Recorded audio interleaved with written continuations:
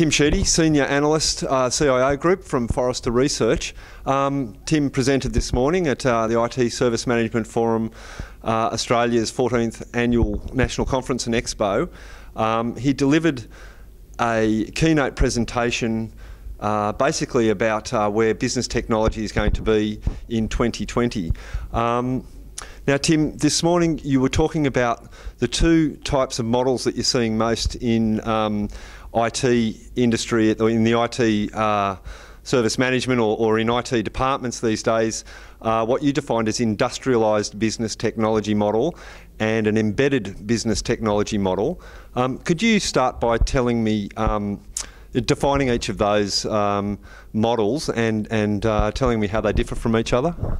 Sure. Well, but before I do that, I'll step back and just quickly define business technology so you understand what I'm referring to. And when we talk about BT or business technology, what we really mean is the fact that IT is now providing business services, where we're no longer providing pure tech-based solutions, we're now providing business-based solutions. So business technology is a better name, a better word for really what a lot of IT departments are already doing, and look, there are plenty of companies who've already adopted that.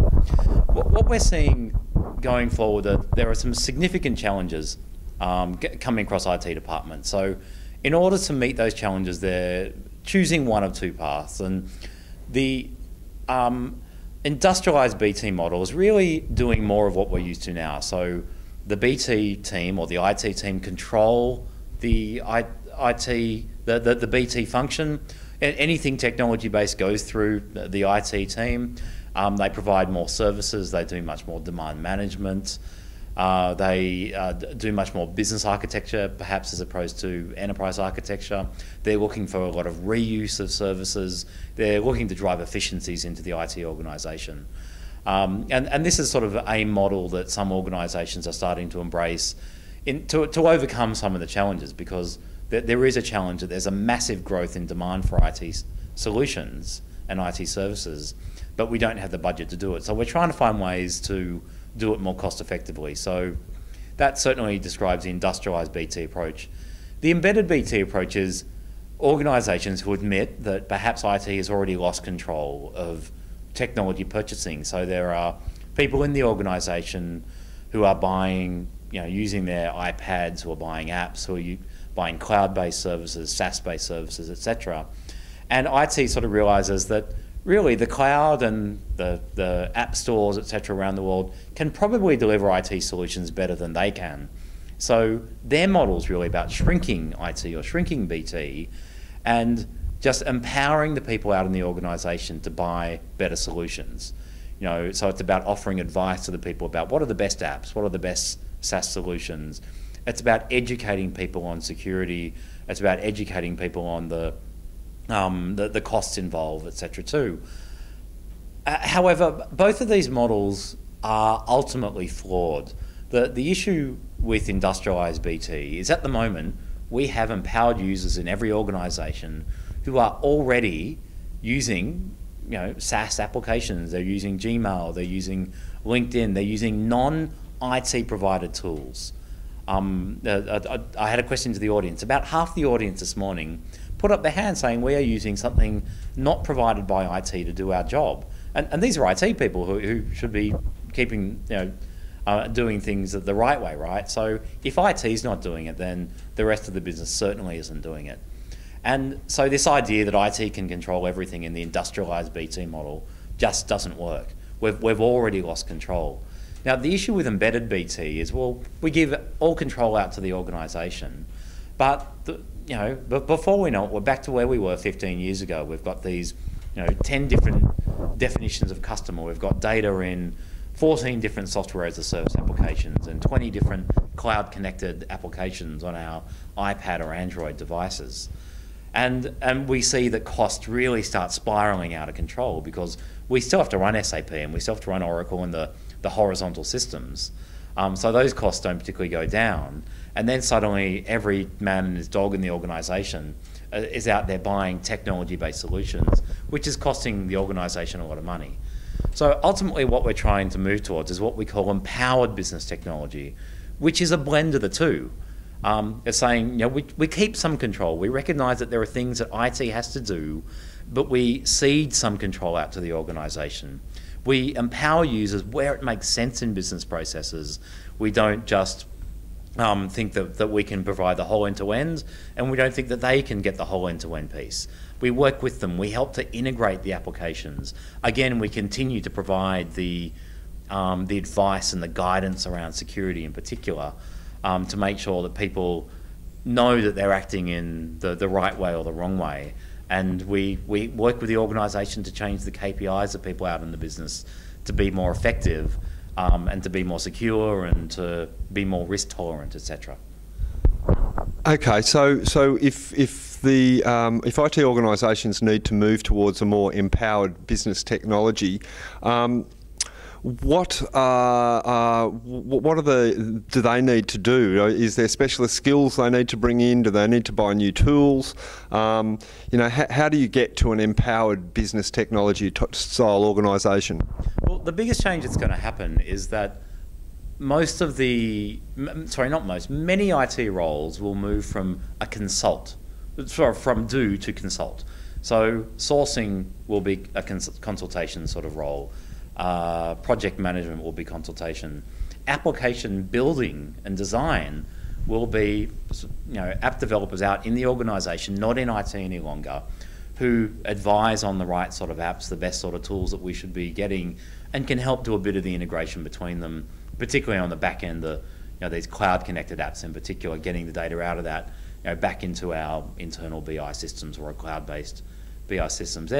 They're some of the biggest changes. Like we really need to, there's going to have to be obviously a change in mindset from the CIO in particular, who will lead a lot of these changes for the organisation in recognising where the real value of IT is.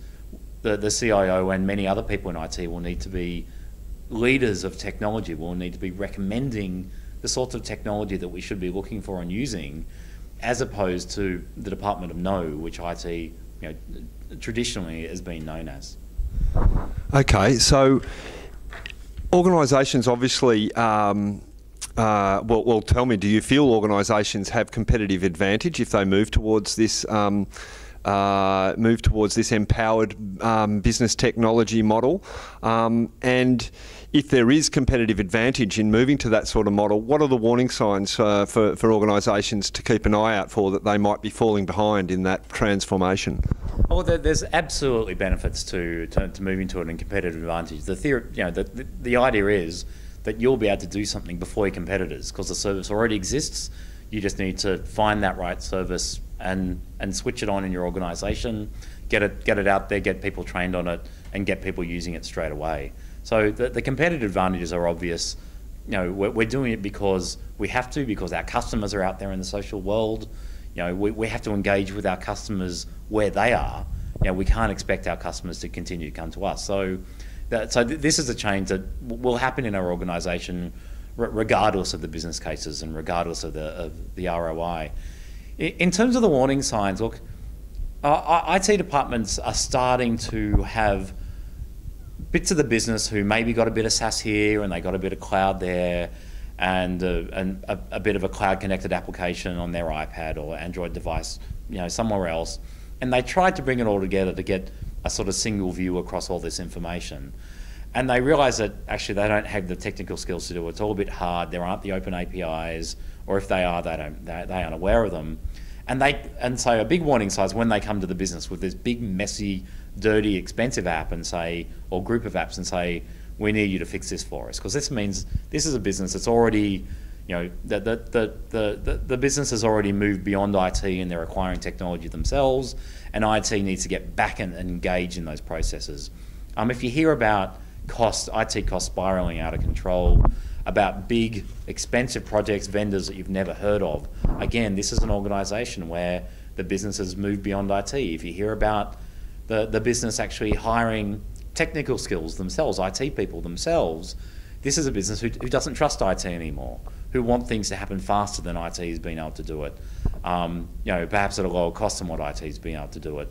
Again, these are all the warning signs that we need to be looking out for.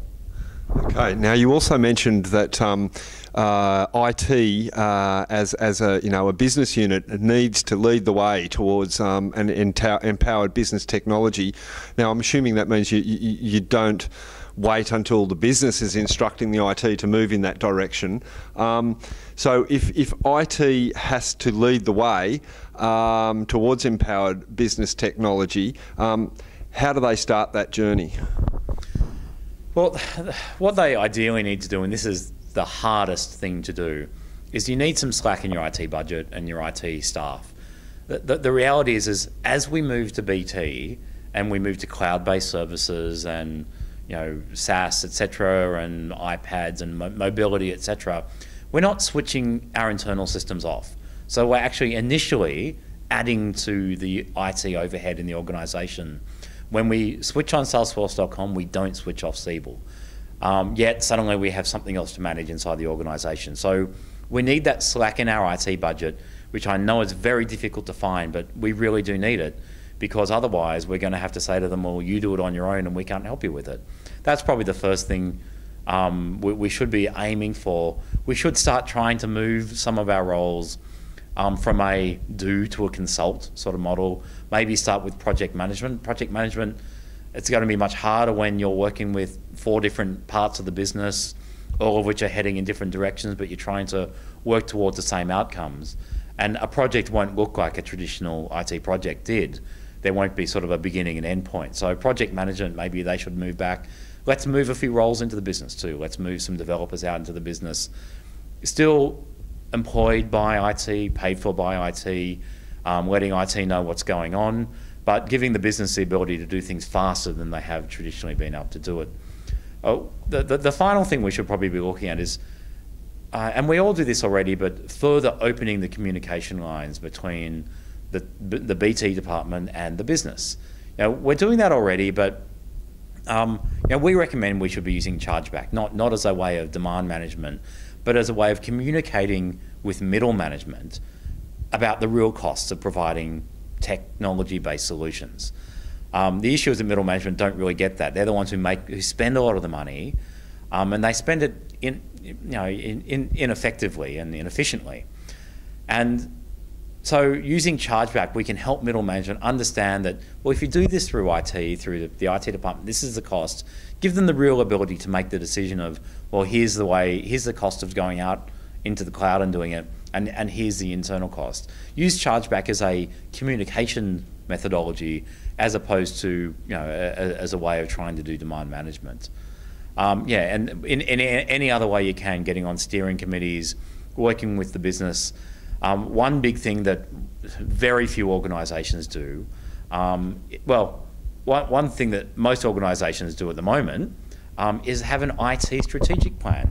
An IT strategic plan is never going to be a proactive document. All it is going to be responding to all the specific business requests and hear what we're going to do. It's not a strategic plan at all.